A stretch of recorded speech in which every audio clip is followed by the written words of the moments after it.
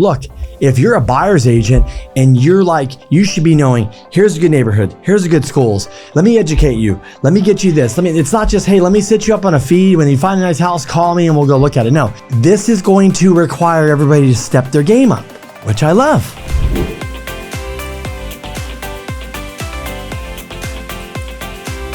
Ladies and gentlemen, welcome back to another episode. It's a good old Getting the Cashflow Game with K and K. Today it's just K, but today this will be brief, this will be short, but we got to get to the point here. So today, as you notice by the title, we yes, like everybody else, why not jump in the ring, put our hats in the ring, and give our opinion on what do we think is going on with this NAR lawsuit. What do we really think this is all about? Besides the attorney that's going to get really wealthy, good for you, buddy. A lot of people are freaking out. A lot of people aren't freaking out. Let's see here. I keep saying why, because I'm trying to give you my opinion, trying to figure out what matters, what doesn't matter. I listened to a lot of podcasts, a lot of interviews, read a lot of articles, talked to a lot of people, talked to people in our industry. Nobody really has a clue what they're going to do yet. This is not the law yet. It hasn't been made law. I hear things about, let's talk about the VA buyer. The VA buyer, they cannot pay commissions. How are they going to get around that? How is a buyer that puts down 3%, 0%, 5% going to all of a sudden come up and just pay somebody another 2.5%, 3%? It doesn't work. I've been doing loans for 20 years. I can tell you right now, you're asking somebody to pay 2.5%, 3% more. It's not going to work. So what is going to work? What is going to move the needle? What's going to do this? But let me just back up before we jump in and give opinion and before we kind of go down that road with, what I think is going to happen and with the buyers and people like that. Sellers, agents, if that's what you do, there's going to be some change, but there might not be. Sellers selling properties now may realize like, wait, I don't have to pay buyers. Okay, great, cool, awesome. Let's not pay buyers. You're banking on that buyers are now all of a sudden going to start paying these agents out of their pocket. Could they? Sure. Could a first-time home buyer do it? Probably not. Could somebody that's going to buy a $3 million house that's putting $1.5 million down, shell out, hey, here's $60,000 to pay your agent? Sure. No problem. Here it is. Boom, done. So it's just gonna change things. Change isn't bad. Change is just scary for most people in this industry. So after listening to a lot of different people, a lot of different folks in the industry, I came to the conclusion that some people already knew this was going to pass. They're already preparing for it. Some people already run their business where they know their value. So what I got from a lot of real estate agents that I've talked to, that I listen to, that aren't scared about this, it's because they know their worth. They know the value. They know the value they're bringing to the marketplace. They know why they're different than another agent. They know why they're worth 3%, 5%, 6%, whatever it is. They understand the value of it. Just like an attorney, just like a loan officer, just like if you go stay at the Ritz-Carlton and you pay $600 a night, but then the Best Western's $150. To some people, I'll stay at the Best Western. I don't need to stay at the Ritz. Some people go to the Ritz, and if you've never been there, because it's like, I know what I'm going to get when I walk in the door. I know the experience I'm going to get. I know the food, the staff, the experience, the sheets, the pillows, the pool, the whole thing. They know what they're going to get. So they'd rather pay $600 because they know exactly what they're going to get. And if they don't get that, it's going to get handled. If you go to $150, they're like, what do you expect? The bed's okay. The sheets are okay.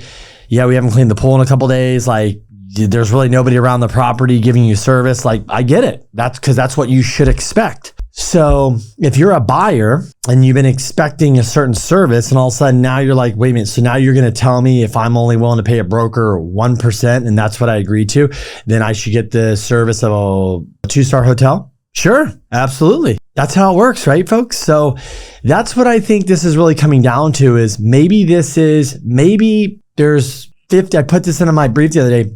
For 50%, let's just call it 49, 50% of real estate agents close one deal or less. Are they the problem? Are they the problem? Is that why we're here? Because they've screwed this up. There's no value this. I would imagine if you have a kick-ass agent you work with, you still work with, you refer, you're not trying to sue them. You're not trying to throw them under the bus. I'm not saying it's those people. Why are we here? How did this come? Is this just an attorney saying, I'm going to bring up this case and I'm going to sue and I'm going to hopefully win and win a bunch of money? I don't really know if it's about that. I mean, I've seen the guy. I mean, maybe that's his motive. I seriously doubt it. The homeowners that were involved in this lawsuit aren't getting much money. Maybe they just want change. So I think change, just like in the mortgage business, they want more transparency. Buyers want to know what they get. Look, there's a contract. Here's a contract. You're going to pay me 2%. Here's what you're going to get. Here's a seller. You're signing a contract. You're going to pay 3%. This is what I'm going to do for you. I'm going to mark your property, put it on the MLS, do a drone video, do house pictures, do open houses, whatever you guys do, right? It's in a contract. People want to know what they're going to get. You come to my company, the Simpson team, right? Cool. Yeah, I put on there 24/7. Does somebody call me at 2:00 in the morning because they have a problem? No. But guess what? People call me Monday through Sunday. Are we available? Absolutely. Is the rest of my team available? Maybe not all the time, but somebody's available. As I shoot this video, somebody calls right now. Somebody can pick up the phone. Somebody can solve a problem. Somebody can lock a rate. Somebody can order appraisal. Somebody can put out a fire. Somebody can answer your questions. So I think this comes down to customer service. Just as we go to the hotel and we go from, there's a 1-star to a 5-star. I don't know any hotels that are 1-star. You might know hotels that are 5 stars, okay? Most hotels, there's probably 3, 4, 5 hotels. Most people probably stay in a 3, 4, or 5-star hotel, right? But you know what you're gonna get. Let's be honest. We go to Vegas, we get off the plane, we're like, oh, I'm staying here. Yeah, it's not the best, but it's for, okay, cool. That's what we say. So I think this is coming down to transparency, customer service, and what people want. So let's get into the tacticals of what this really means. For the buyer's agent, this means that, hey, now I'm going to have to go sit down with you, which I think is great, lock you in a contract, which I think is great. So that means that you home buyers can't go and have 4 buyer's agents you're working with, because I think that is ridiculous and that is unprofessional. That sucks for buyers. Agents, just saying, that sucks. Just like if you're double, triple app and a loan officer, like, come on, just be transparent and go with one person, right? So I think great for the buyer's agents to lock somebody in and know what they're going to get paid. And then for both sides, here's what you get. And if I don't give you this level of service that I promise you, yeah, you shouldn't get 2%. And maybe they're going to say, hey, for this, I want this. For this, I want this. So anyways, that's that. How are buyers going to deal with this? Buyers that put down, for anywhere from 5, let's say 10, 20, even 10, 20, 10, 5, 3, 0% down. Can they afford this? I doubt it. So yes, the seller is going to have to somehow credit it. You're going to have to raise the purchase price. We're going to have to negotiate the sub price. So obviously if somebody lists a house for $1 million, that listing agent, if they're good, just said, hey, Mr. and Mrs. Seller, yes, just so you know, I know we're offering, you're going to give me 3%, but we probably are going to want to pay for the cool. So if we list it for $1 million, you got to know that you might have to pay $60,000 in closing costs. What? Okay, I get it. But we should probably say, then let's list it for $1,060,000 and let's just acknowledge that that's probably going to come. So this is just going to come down to educating your clients, educating your database, educating the people you work with, making sure they're all on the same page, and making sure they understand what they're getting, right? We've been working on this for the past few months. We always want to bring as much value as we possibly can, and our partner, Prime Corporate Services, is all about bringing you a service you can't get anywhere else at a price you can't get anywhere else. Whether you're new to owning a business or owning a property, or you're an experienced property owner or investor, Prime Corporate Services is not only going to help you, but they're going to make the process so much easier. So if you book a call, the first thing they're going to do for you is help you understand what your business structure should look like, your corporate structure, tax planning, estate planning, all of that. Maybe you're saying, I'm brand new to starting a business and all this sounds foreign and complicated. Remember, this company helps new people just getting started every day. They're going to help you form the entity that's best for you and walk you through the process. Before I found this company, we paid thousands of dollars to other attorneys, CPAs, and consultants to try to understand exactly how we need to be structured to be as protected as possible. We've also gone the other route and used online platforms to form entities which unnecessarily put us at risk. You guys, you don't have to do that with this company. They'll do all of these things for you at a reasonable price, so you never have to think about saving money at the expense of exposing yourself to liability. We've searched high and low, and you will not find this much value anywhere else. All you have to do is schedule a free call today. Just go to primecorporateservices.info/GITCG.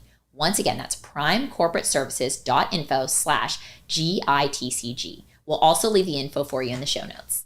But a buyer, though, is going to expect service. Look, if you're a buyer's agent and you're like, you should be knowing, here's a good neighborhood, here's a good schools, let me educate you, let me get you this. It's not just, hey, let me sit you up on a feed. When you find a nice house, call me and we'll go look at it. No, this is going to require everybody to step their game up, which I love. This is what happened in the mortgage industry. They cut the commissions, they do all this stuff. Cool. A lot of people left like, I'm not going to deal with this. Of course you're not. because you can't gouge, because you can't suck. Sure, there's people that suck in every industry, but you know what I mean. The professional is like, I'm here to stay. Let's do this. We're still here. So those people that are at the top of the game for real estate agents, right? Buyer, sellers agents, they're not scared. They're like, bring it. Let's go. Let's crush it. Let's thrive. But those buyers, they're going to expect better service. They should. If they're going to have to pay you 2% out of their pocket, of course they're going to demand more. You should step it up. So you, a buyer's agent, listing agent, anybody listening, even a consumer, yeah, you're going to expect more. 100%, you're going to expect more. So the buyers, how are we going to pay for these commissions? How are we going to do this stuff? It's simple. Cool. They can come out of pocket. They can have the seller pay for it. They can get a gift and have mom and helping out with it. How else are you going to do it? Somebody has to pay for it. They can just not use representation and represent themselves. They can go to a listing agent and say, hey, can you double end it and you'll do it for me? Does that listing agent say, well, what if the buyer comes to me? I'm only going to get 3%. Are they cool with it? I don't know. Better for the seller? Is it better for the buyer? Yeah. Is it better for the agent? I don't know. Double the work? Only 3%? Is that going to work? I don't know. So this isn't law yet. It's not passed yet, but I just wanted to jump on here quickly and get to come to and basically explain that we can go over all the technicalities, all this. The biggest loser is probably going to be the buyer at first because they're going to have to figure out how they're going to figure this out. The second loser is going to be the buyer's agent because it's like they're against their buyer going, you have to pay me this commission, you have to sign the agreement, and that's going to probably be a little bit of tension there. That's just my guess. The seller is in less than the sellers because they're already paying this and stuff. So maybe the seller will make more money because they're not going to pay the commission. Maybe the seller's like, I'm not going to pay. I don't care. You need to find a buyer that's going to pay their own commission. I'm not doing it, especially in the seller's market. So, but all tides rise, right? All the boats lift up. Is that what the saying is? Whatever it is. Everybody's going to have to step their game up to make it in this industry. So if you're freaking out as a realtor, that's because you need to level up. If you're a realtor closing a couple deals a year and it's already tough, you might be out of a job. If you're a buyer, don't be discouraged. You just got to get around the right team. You're going to be fine. You're going to be protected. You're going to get educated and you're going to go buy your house and you're going to be fine. If you're a seller, get around the right team. You're going to be fine. You're going to get educated. They're going to make sure they do it. Get around the right team. That is agent, insurance, inspector, contractor, loan officer, title, escrow. The whole team can help you out with this to help you win, to help you confidently make decisions and move forward. So I'm not here really to talk about the NAR and the lawsuit.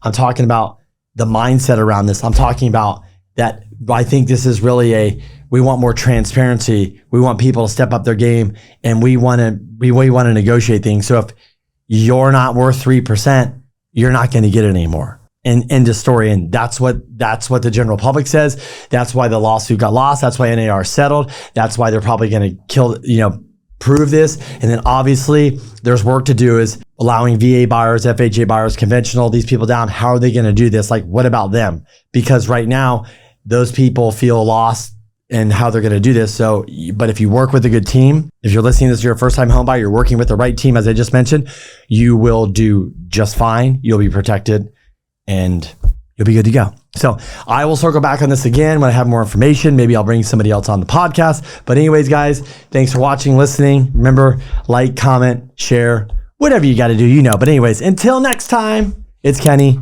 I'm out. Talk to you guys soon. If you're already a real estate investor, you know that aside from cash flow, you also get huge tax benefits by investing in real estate. But are you taking full advantage of all the potential tax benefits? We've been working with Tim Looney at CSSI for a few years now, and he's saved us and our clients hundreds of thousands, if not millions of dollars in taxes doing cost segregation studies on their properties. Let me give you a few examples. We bought a property in 2019. If we had just used straight line depreciation, we would have saved about $18,750 in taxes. But because we did a cost seg, we saved $258,000. That's $239,350 more than standard straight line depreciation in the first year. The other great thing is, if you're classified as a real estate professional, you can apply this to other sources of income like W-2 or 1099 income, and you can also roll over any unused depreciation to future years. If you've owned your properties for a few years already, don't worry, you can still do a cost seg and save big on your taxes. This is not tax advice, so consult your CPA to see if you qualify